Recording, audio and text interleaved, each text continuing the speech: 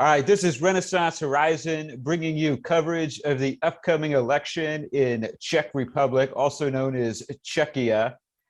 Now, I have Peter on the line, who has been on this channel before. So how's it going, Peter? Well, it's gonna be a wild ride. I'm not gonna lie. Let me tell you. Well, things are pretty. The feelings are pretty intense. The hate, the toxic rhetorics all around, and basically there are three options, and all of them are gonna bring some sour grapes. I mean, options of outcome of this election. We'll discuss them later. So as for my own life, me and my family just moved into great big new house. Well, things are still kind of messy around here, but still my room is more cleaner than Jordan Peterson's. All right. So the election is 2 days, Friday and Saturday. Precisely. Czechia is exceptional in this. Most countries have only one full day elections. We have two the half day elections. Now, is it purely proportional representation, or is it a hybrid of proportional representation plus direct elections? Yeah, it is proportional. There's been some interesting development this year, because I will give you some background. Our constitutional court, which is basically the same thing as Supreme Court in the US, is headed. The chairman of this court is old ex-communist guy, and 20 years ago he enforced into the effectiveness voting proportional recount method, which is vastly discriminatory against, I would say, party coalitions. Okay. And this year, this very same guy said that, oh, this method is it's unconstitutional. We should cancel it. And so now this is very strange here, because usually voting coalitions have been formed after elections, meaning forming the government. But now there are many voting party coalitions already formed before. So it's going to be very, very interesting that because, first of all, for example, if you had last year, if you had two parties who had a joint ticket, the normal threshold for one party is 5%, and for two parties you would have 10%. But right now it's reduced to, I think, 8%. So it's vastly convenient for parties to join together, to merge, and let me tell you, one thing is certain. The very unpopular parties that would be tossed away are still gonna go get inside, just because they're latched on the more popular party just in time. So that's pretty much the situation here. Okay. But generally, the politics here can be very confusing for Americans, because we have shit tons of parties and splinter groups, and they all have very similar names and so on. But yeah, I think we have 11 parties in parliament. But at the end of the day, we only have like two parties, pretty much like in America. Because many of these parties are basically interchangeable, especially those who are the so-called pro-Western. Basically, that means they are obedient, non-questioning followers of anything that comes from Brussels. Okay. That was so what they call the pro-European parties. Yes. Well, the pro-European parties, there are 5 of them. I'm not going to name them all here because that would make the video long as hell. Basically, they formed two voting coalitions. One of them is called Spolu, which means together, and the second of them are the Pirates and the Mayors all together, which is very strange, incoherent Frankenstein's monster coalition. Nevertheless, it's basically they masquerade themselves as centers, safe, pro-Western, for the good, decent, educated people, and how moderate they are, and so on. But in reality, they are just as pretty much like I don't know, Angela Merkel or anti-Trump Republicans.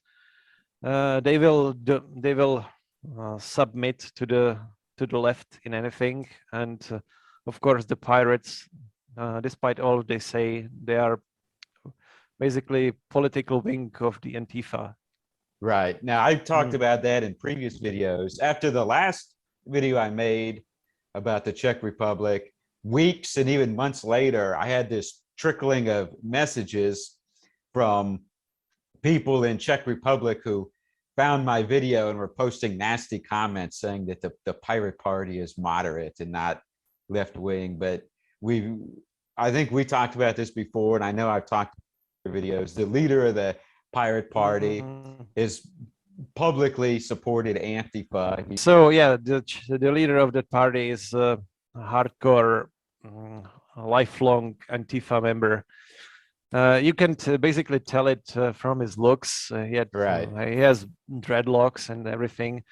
We had that episode where he went to Konowitz, which is basically like world headquarters for Antifa, comes back with an Antifa flag, waves it in public, and his supporters are claiming, oh, well, he was just showing people a souvenir he bought in Germany. It didn't mean anything political.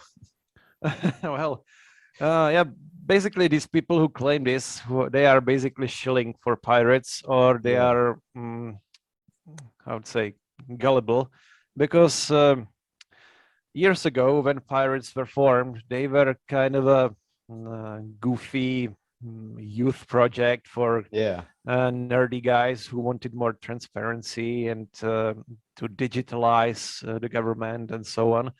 But over the years, they were taken over by social justice warriors to make it simply.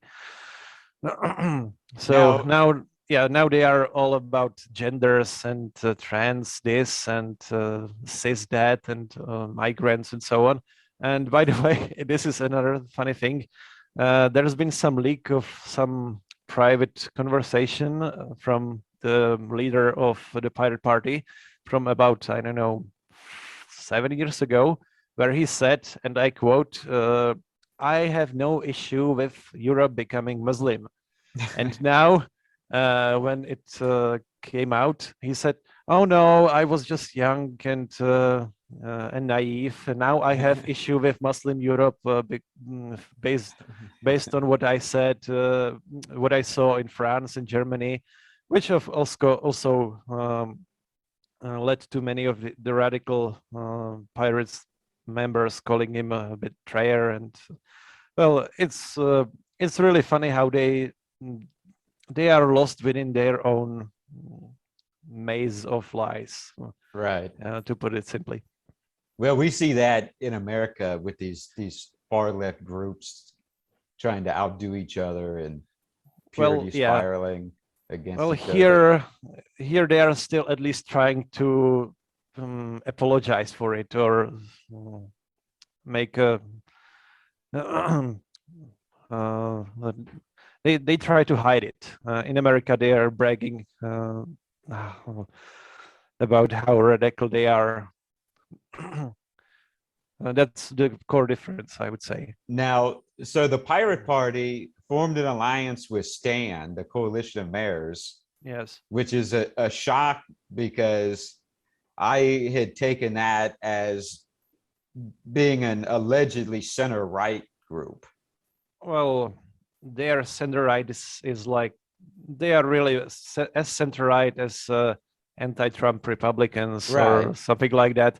But this is So kind of like they're not even making an alliance with the Pirate Party and then claiming well, that the Pirate Party is moderate just makes it even more transparent that they well, were never center right to begin with. it's really Frankenstein's monster of a coalition, but you got to realize that they wanted to use the new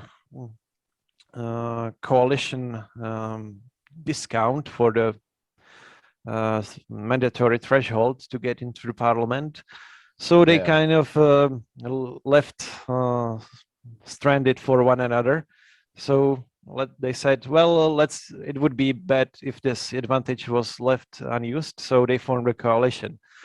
However, you got to realize one thing, that pirates, they have the appeal for the young people to be some sort of, I don't know, rebellious and new and unused. But especially in Brussels, they are basically the most obedient pro-European servants possible. Right. They basically regurgitate everything that comes out of Brussels 100%. So they are not, in this way, they are not radical or challenging the establishment at all. Right.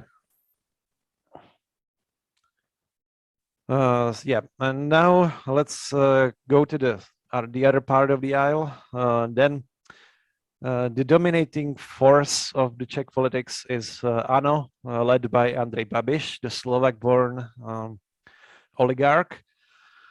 This guy, it's hard to compare it to someone. Basically, imagine Trump with all his financial empire. But without this kind of patriotic appeal. Imagine if Trump wasn't patriotic at all and was just basically a self-serving oligarch that wanted to promote his business. This party doesn't have any core beliefs beyond their corporative interests, so they are very easy to be influenced by any of their coalition partners. And then I'll return to this point afterwards. And then we have a broad spectrum of other parties. The most dominant of them is SPD, the Freedom and Direct Democracy. Basically, they are very nationalistic, hardline anti-European. They are very good friends with Front National in France or Matteo Salvini. Yeah. So I don't personally like their leadership, but I sincerely think I will vote for them, because if you are a conservative or nationalist, whatever you may think about them, they are only guaranteed your guarantee that your voice will get into the parliament. They have stable voter support. Then there are other, I think, yeah, 4 more parties that stand on the brink of getting into parliament. Some of them are social democrats. They are slowly receding into oblivion, because they've devastated themselves by the disastrous COVID regulations and stuff. Basically, they took all the blame. Then, let's see, yeah, then the new party called The Oath, led by an old disgruntled ex-police police officer. That's all. That's a big story all of its own. I'll just say that this guy was forced to leave the police force and now founded the party to fight corruption, and it's basically a personal vendetta party. And then we have my personal favorite, but I'm not sure if they will make the 5%. It's a coalition of the Free Citizens Party and Three Stripes, led by they were led by the son of President Klaus, but he stepped down for personal reasons. So they merged into one party, and now they are somewhere around 5%. So it would be great if they get into the parliament. And that's pretty much it. Yeah, all of the relevant parties. Well, Yeah, there's Klaus was also yes. I'm sorry. There is also one kind of a goofy party called Volný Blok, the block of Lubomír Volný, which is a kind of a goofy clown kind of guy who made hilarious filibuster attempts during COVID measures. Yeah, he was many times dragged out of parliament by police and destroyed some of the equipment of the parliament. It was right. He was hilarious. Protesting the Yes. lockdown measures. Yeah. Okay. Well, he's a legend, this guy. I will now just elaborate shortly on the outcome scenarios. So there are basically three of them. The first of them is easy, and it's kind of a game over. That the Spolu and Pirstan coalitions, the pro-Brussels parties, get the majority, and then yeah, it's game over, and we will frenetically follow towards Western Europe and America, spiraling down in all of the mayhem that's happening over there, because they are basically so radical in their pro-Europeanism that they will try to outdo the Europeanism of the Brussels itself. Right. Then I think the most probable one, which I call the Babiš Gambit, it's that ANO will win the majority, which will win the most votes, which will win in every scenario, but they will use bribery and some unsatisfied members of the Spolu coalition to break away and form their own center-right bloc, which will be, I think, the most stable government afterwards. Of course, it will bring some sour grapes from the pro-Europeans, and it will bring all of the hilarious infighting and personal vendettas and so on, which is a show I'm looking forward to, not gonna lie. And then we have the third option, which is when all of at least majority of the smaller parties break into the parliament, and then Babiš will have a lot of parties on the menu to choose from. So that includes that he will form a coalition with the SPD, the Communist Party, yeah, the old classic Communist Party. I forgot about them previously, and the Oath, the Personal Vendetta Party. And this would be very hard to describe coalition. Something a mix of corporativism, hardline nationalism, and personal vendetta, and anti-corruption populism, to say. And I don't know how to describe it, honestly. And this will spark basically a civil war, at least on Twitter, because they will. At least on Twitter. Yeah, well, because the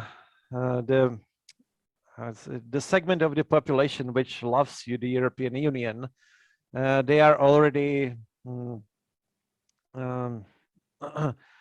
furious that they have to endure Babiš, who is not really anti-EU at all, I think, and they in coalition with the president Zeman, who is also not very anti-EU, but I don't know.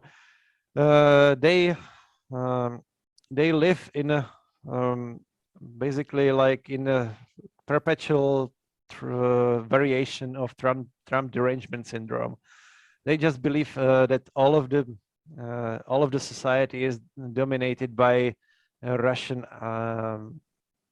Russian agents and populists and the stupid, uneducated people who vote for them, and they're just I don't know. They are living in perpetual apoplectic agony, and when this coalition happens, they will actually explode. It's gonna be hilarious. I'm gonna lie. All right. Well, thanks for giving us the lowdown, and we'll have a post-election recap to see how things went. Sure. Looking forward to that, and let's wish us good luck. All right. All right. Thanks for watching this video. Click the like button, post a comment below, tell me what you think about this, and click the subscribe button. New video every few days.